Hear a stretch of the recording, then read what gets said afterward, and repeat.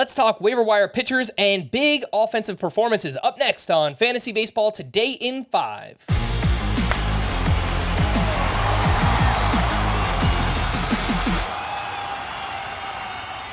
Welcome into FBT in 5 on Friday, July 7th. I am Frank Sample, joined by Chris Towers, and let's talk waiver wire pitchers from Thursday's action. 2 names up at the top: Jack Flaherty, 6 2/3 shutout innings and 5 strikeouts up against the Marlins. Kyle Bradish makes it 3 straight quality starts. He was at the Yankees, 6 shutout innings with 5 strikeouts there. Chris, is there any elevated interest in these names, or are they more just streamers at this point? I'm struggling with the waiver wire pitcher groups over the last week or so because Alek Manoah, if he's still available in your league, go add him. Tarek Skubal, if he's available in your league, go add him. Everyone else, and especially Jack Flaherty, I've seen too many bad starts from him to have much faith in it. The control has been really bad all season. There are some sort of interesting things going on. His velocity was up today. He looked pretty good. He went very fastball heavy, but the Marlins hitters were just, I don't know, not ready for it. I don't know. Maybe the game plan was different, but there were a lot of times when they just looked like they weren't expecting him to throw what he was throwing. But overall, I don't see much to get excited about. And Bradish, I know he's been pretty good for about 2 months. He gets hit really, really hard though. And his expected ERA is almost a run higher than his actual ERA right now. Strikeout rate overall, not great. There have been some spikes, but overall, I think Kyle Bradish is someone I want to start at home because they've got that big left field, and I want to start against good matchups. And the Yankees right now are a good matchup, especially against right-handed pitchers. They are 26th in the majors in OPS against right-handed pitchers since June 1st.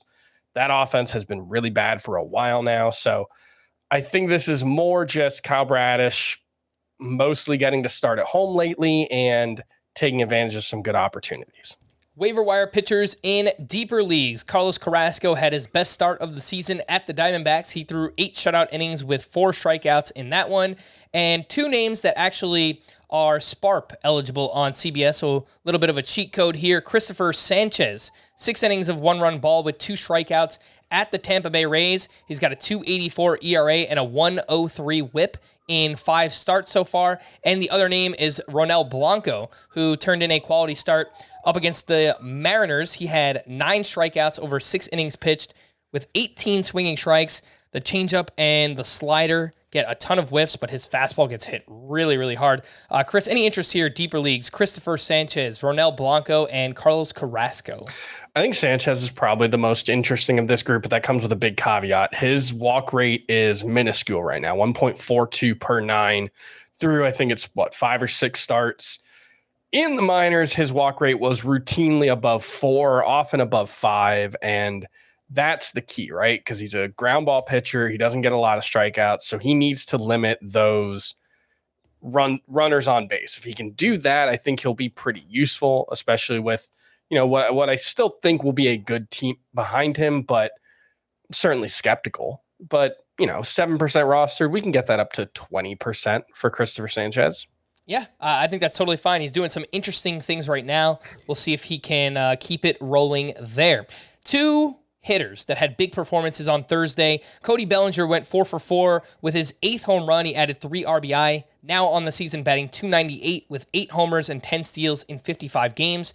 And Andres Gimenez had a massive game, 2 for 3 with his 7th home run and 3 steals. Now up to 14 steals on the season. Chris, are you buying either of these big games in Cody Bellinger and Andres Gimenez moving forward?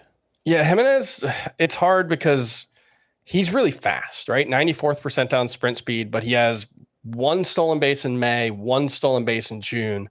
And then all of a sudden he's up to 6 in 6 games in July. And it's the kind of thing where if you told me Andres Gimenez was just going to run a bunch moving forward, I'd be very interested because I think he can steal a bunch of bases, but I don't have much faith in it. It's always been one of those things where he just doesn't run as much as you think he can. He is hitting the ball a lot better. Average exit velocity in the month of July is up to 92 miles an hour. That's a very small sample size. Like I said, 6 games.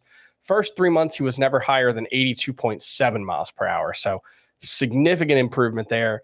I don't really think that it's sustainable. I think he's someone who's probably going to hit like 260 moving forward with some steals, but not a lot else. And then Bellinger, I'm rooting for him, but as good as he's been this season, and it looks like a bounce back, the underlying numbers are just really bad. He's in like the 15th percentile in average exit velocity. He's well below average in pretty much every quality of contact metric.